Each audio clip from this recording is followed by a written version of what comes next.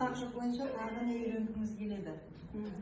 Енді тақырып бүгінгі семинарымыз тақырыбы актуалды деп айтайын, өйткені негізгі қалай біз дайындап өзіміз бәріміз білетін секілдіміз, бәрін шешеміз шығарамыз, бірақ та сонда да кейбір шығарған кезде біз өзіміз балаларға да айтамыз ғой, әрқандай есепті шығарған кезде бір есепті жалғыз бір тәсіл болмайды, бірнеше тәсіл болуы мүмкін.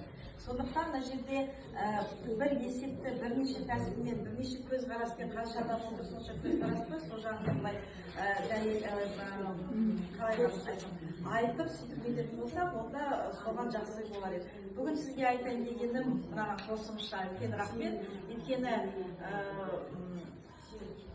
бәрін біліп жүрміз, бәрін білеміз десек те, неше жыл істесек десек те, қандай да бір жаңа ой, жаңа тәсіл, жаңа үйренетін жағдайлар көп болды. Бүгінгі семинарымызда бүгінгі біздің сіздің ары қарай тағы да болады деп сенемін. Сондықтан сізге де үлкен рахмет. Уважаемые коллеги, сейчас сразу